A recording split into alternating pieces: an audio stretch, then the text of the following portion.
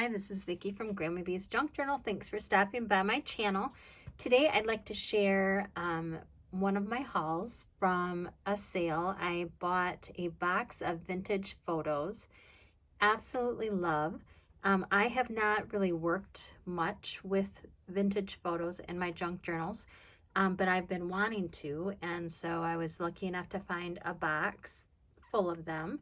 And so I started creating, and I had quite a bit in this box, so I went ahead and kitted some up, and I will show you those, and I will put them on my website. Before I do that, I wanted to show you a couple of projects that I made with a few of the photos. So just an assortment. Some of them are as early as 1922. Some are military photos, some are school photos, some are baby photos, some are just family photos. So it was a nice variety. So I was really very happy and very lucky, very fortunate to get this box of photos. So I got to playing with them over the weekend, and this is what I came up with so far.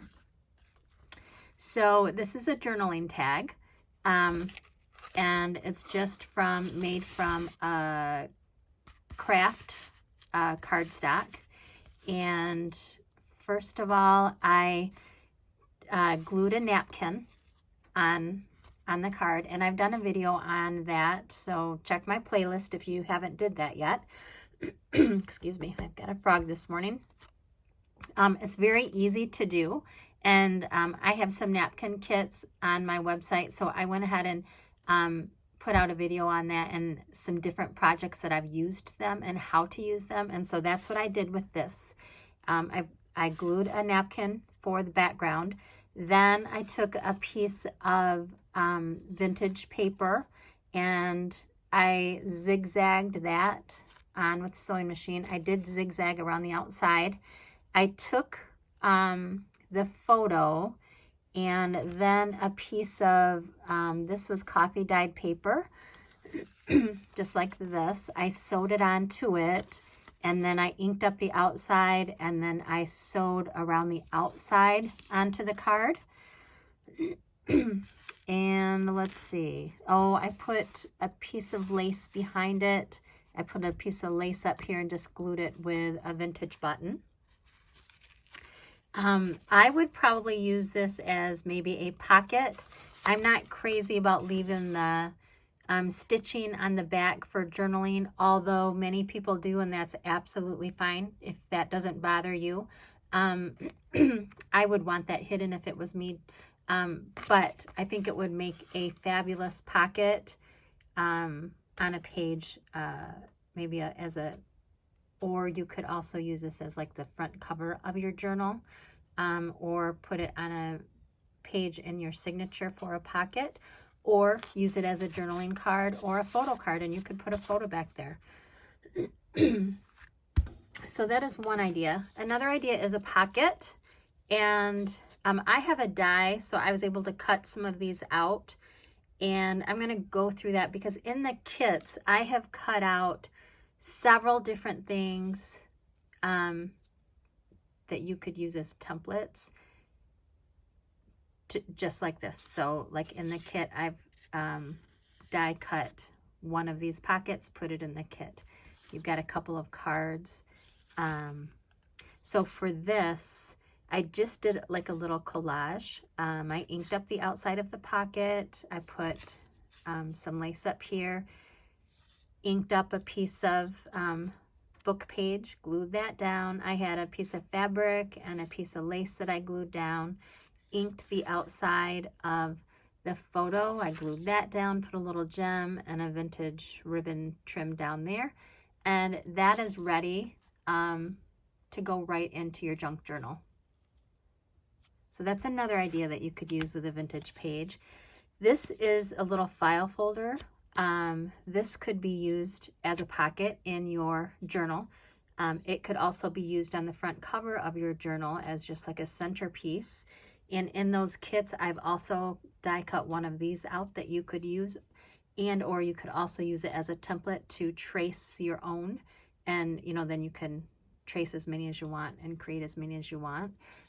So I've put bits of bits of lace here and in back, and a piece of text from a paper page in a vintage book, inked up the outside, and I just glued this on. I did use Fabri-Tac to glue the photo down, just because there was that lace behind it and I wanted to make sure it stuck. But this little photo is 1922. But I absolutely love that, and I think it would be beautiful to use this as like the front cover, or on a page to put some memories in that pocket. This one I haven't made yet. I haven't decided what I'm going to do with it. I just kind of wanted to leave it so I could show it on this video. So you can just trim your photos down the size that you want it, and you could sew it onto another piece of paper, like to make a collage. Or if you don't use a machine, you could just glue it, and that is absolutely fine. So those are just a couple of quick little projects that I made with some of those photos. And the kits that I have look like this. So there's a big photo, and that is in it's in a cover like this. In that box that I had, there was quite a few of those, so I just decided to all of the kits have a large photo, and then they have like a smaller one, maybe a 5x7, and then a bunch of these little ones, and all of them have at least one small photo like this that you could put on the pocket that's going to be in your kit. So there's like between 11 and 13 photographs in every kit. They're all different. I just kind of mixed them all up, and what I'm going to do is when I put them on my website, I'm just going to put that there is like 8 available, and it's going to be a random pick, so you don't know what you're going to get, but there's 11 to 13 photos in each one. So obviously they're a little bit different. And then this has the 2 larger ones, and then a group of the smaller ones, and that is the same for all of these. I do have 8 kits, and I'm going to go through them with you. I just wanted to show you what they look like when they're all packaged up. And then along with your photographs, you're going to get a little kit, and that is going to have things in there that you could use to create some things with your photographs, like what I showed you. And then I always give a thank you gift on all of my orders, and I went ahead and did those thank you gifts up early, so I just attached them and they're ready to go. So each of the kits have one of these little bags stapled to it, and it's one of my vintage clusters. Now I love to put these clusters like on the front of journals as like the main focal point of the cover, or you could add them to like the front of the signature, or you could put it on a card to make a pocket or a tag. So there's lots of ways, different ways to use these, but they're super cute.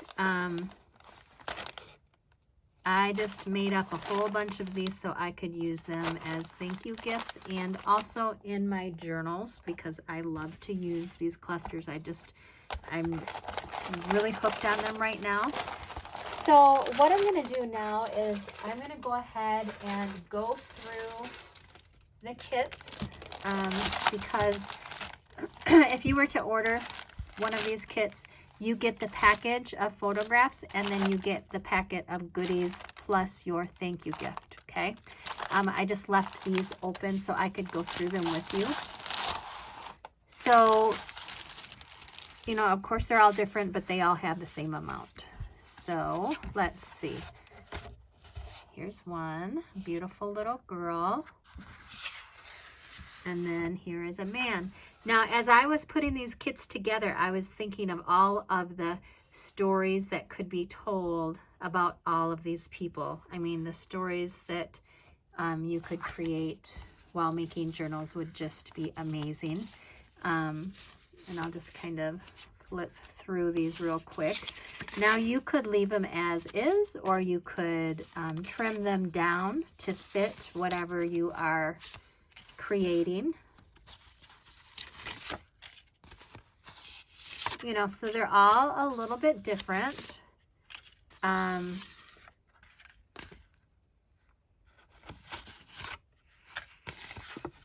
But they definitely all have a story to tell, and they would just be great in your little projects as well. And then this is the little cluster that's going to be stapled onto this pack. And then in the pack, now of course you can use this brown paper bag in a journal as well. That could just be a cover to a journal. Let's see, is that it? Okay, so I've added a couple of buttons because on this little example, I added the button here, okay? So you're gonna get a couple, they're all gold, and you are going to get, let's flip these around, you're gonna just get a variety of trim. They all have the same like ribbon or trim. I've just cut snippets, and you could use that for you know, your tab up here. You could use it to tie your bow right here. You know, just whatever, however you want to use it. Then I've given you a piece of lace, and that you could use behind your photos. You could take little snippets like I did and just kind of sneak it underneath there to peek out. There is just a variety of vintage, they're 2-inch squares, so you should, I think they all have like 6 vintage squares. A couple of hearts, a song page. Now, this song page you could use for the background, like this. Here is the pocket, okay? And then all you do is fold it up and you glue your flaps, and this is what you have.